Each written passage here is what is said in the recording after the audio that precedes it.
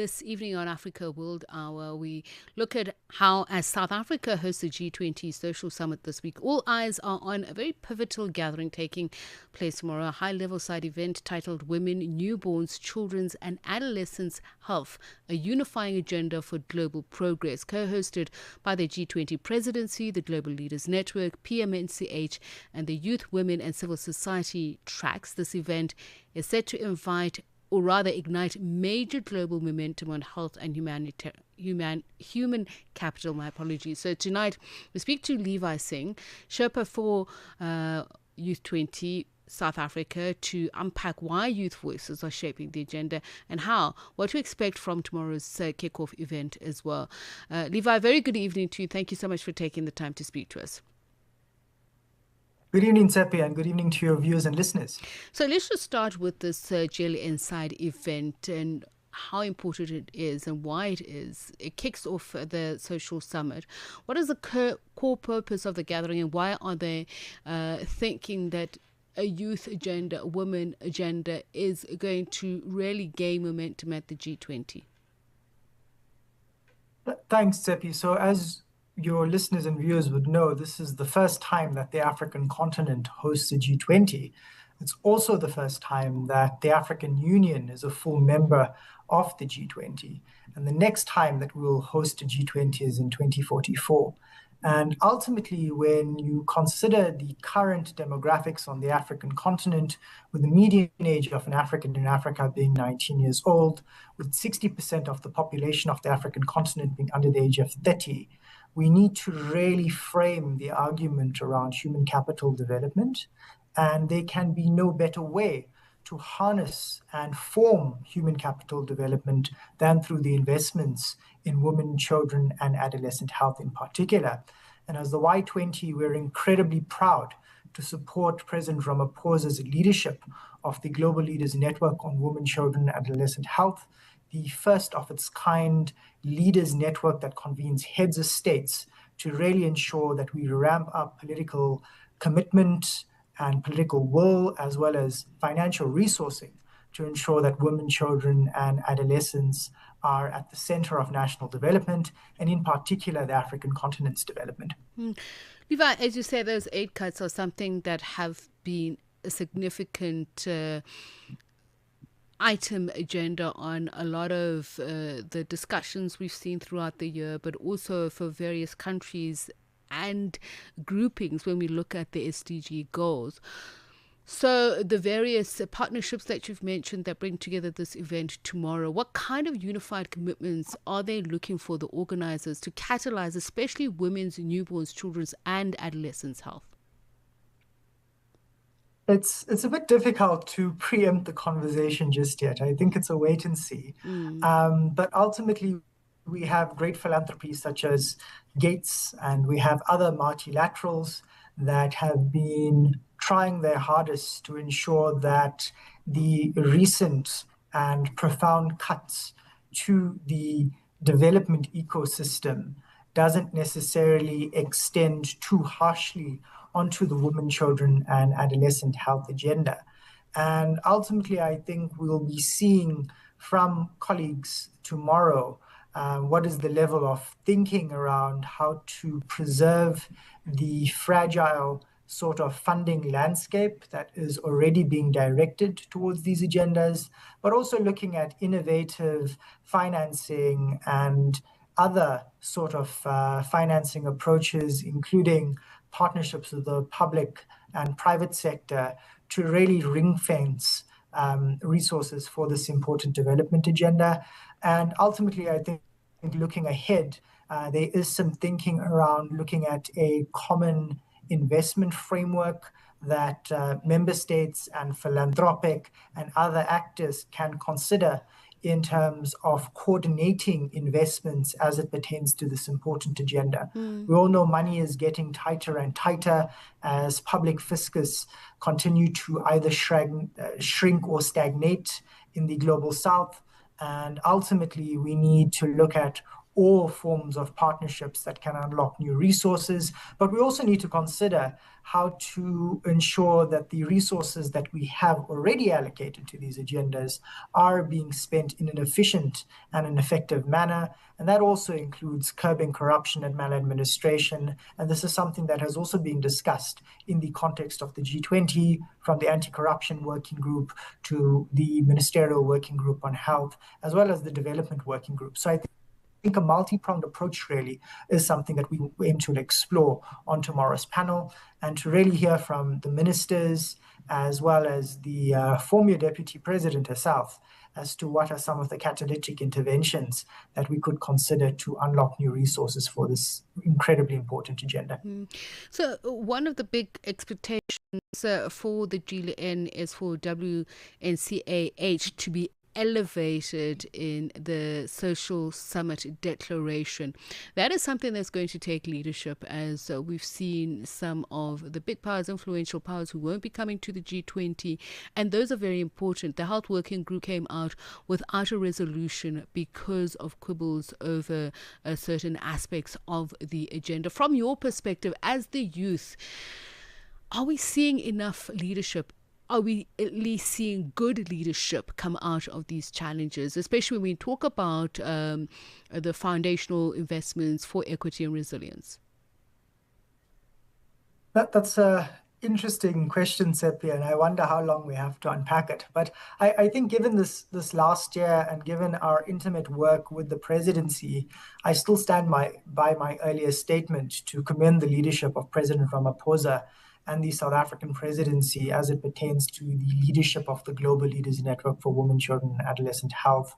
I think given South Africa's long history in the multilateral space, this really does catalyze and build on the existing work that South Africa has led, for instance, when the Sustainable Development Goals were being negotiated and ultimately adopted, and looking at the Every Woman and Every Child strategy, which then really looked at the life course investments that need to be made in women, children, and adolescent health, our own domestic leadership in South Africa as it pertains to the fight against HIV and AIDS, towards tuberculosis and other disease burdens. I think we have a really rich history as South Africa and as the South African state as it pertains to some of these progressive agendas. Do we get it right all the time? Absolutely not. But as it is compared to other member states and powerful and influential global north member states in particular, we tend to be a bit more consistent in how we show up for many of these progressive agendas.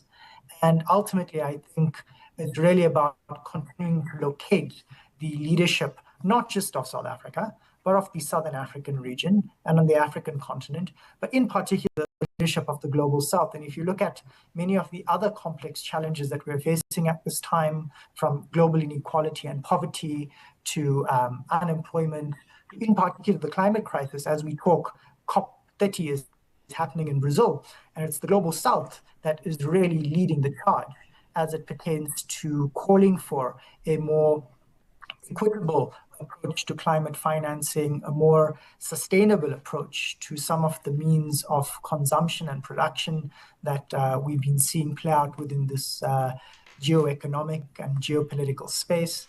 So I think we really must center the leadership of the Global South and commend the leadership of the Global South, and really try as non-state actors and as young people to continue strengthening the leadership of the Global South as it pertains to many of these progressive agendas, because in many cases it feels as if we can't really rely on the goodwill and the altruism that has historically been displayed by many of the players in the G7. Ultimately, we've seen over the last few years, in particular during the COVID-19 pandemic, how many of these richer countries were speaking about solidarity, but also hoarding vaccines, whilst countries like South Africa and India and Brazil were advocating quite hard at places like the World Trade Organization, the IMF and the World Bank to secure special drawing rights for member states, to ensure that there were democratized access to vaccines and other pharmaceutical innovations during COVID. So I'd really say we need to, again, locate our focus on Global South leadership at this time where we see polarization, We will work with the global north, but ultimately I think that there's a certain moral courage that is being displayed by the global south that we need to continue centering and supporting. And just very briefly, as you say, Levi, this is what the Global Leaders Network is aiming to achieve, solidifying that with the event tomorrow. And I want to talk about then the role of youth in global health diplomacy and the challenges that we face. Given the first, I say we, I'm still a youth clearly in my head, but the point is just looking at the demographic weight of the youth and the challenges that are faced with the rollback of even things like sexual and reproductive health rights. What do you hope to achieve tomorrow in terms of the power of youth diplomacy? Thanks, Epi. And since I know you since I was 17 years old, you will remain forever young in my eyes. Look, I think from a youth and global health diplomacy perspective, we've worked quite ardently as the Y20 to ensure that we have as progressive as possible language in the context of our own Y20 communique. We got into many long hours of debate and negotiation with many of our G20 member state counterparts on issues pertaining to gender, on intersectionality, and the issue of sexual reproductive health and rights and sexual reproductive health and reproductive rights. And we've also followed the conversations in Women's 20. We follow the conversations at Civil Society 20, just to ensure that we're coordinating positions to at least hold the line at the minimum of what we've agreed to in terms of the Sustainable Development Goals, especially as they pertain to good health and to gender equality. So in the context of the social summit, we really want to ensure that there's at least specific language that speaks to the importance of meaningfully engaging and institutionalizing the participation of civil society, in particular youth and women-led organizations, to ensure that these conversations that are focused on reforming global governance, multilateralism, really have young people and women's voices at the table. But as it pertains to development agendas, I don't think we can shy away from these issues of sexual reproductive health rights and gender equality. Ultimately, for the African continent, as I had said earlier, median age on the continent, 19 years old, 60% of our continent is under the age of 30. Young people are saying that they want rights, they want dignity, they want choices. Whether you look at Madagascar, Nairobi, any part of this continent, young people are crying out for those three things. And one of the best investments we can make in terms of securing our future and a possible demographic dividend on the African continent that ensures young people are set on productive pathways to adulthood, that they can have their autonomy and that they can express themselves with dignity and with rights, is by investing in their sexual reproductive and health rights. So contentious issue at this time due to geopolitics and the current prevailing culture wars. But when we speak to young people, ultimately they say they want rights, they want choices, they want dignity.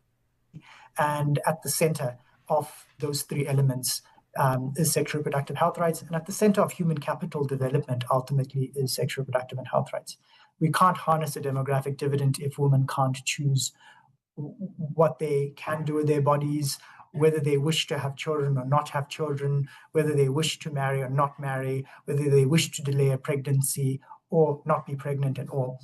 And ultimately, we will continue to advocate for the full recognition of these rights in the context of the G20, Levi, regardless of the reservations that are placed by other member states. And I think that's a very powerful note to end it on. We really look forward to hearing more from you and those who will be gathered at this event. It's the Global Leaders Network's side event at the G20 Social Summit tomorrow, which kicks off the summit. It is titled Women's, Newborns, Children's and Adolescents Health, a Unifying Agenda for Global Progress. And that is the Y20 Sherpa, Levi Singh, speaking to us about some of the discussions that they're going to have and what is really at the center of the call for the event, the objective. So it brings the time to 11 minutes to 10. We were hoping to speak to Me Wanyima, speaking about her call for an urgent release of her husband. And we're speaking here about Dr. Kiza Besije in Uganda. Unfortunately, we are unable to reach her at the moment. We'll continue trying, and we are hoping if we don't get her today, we certainly will tomorrow. But let's look forward to what's coming up on African Diaries this evening.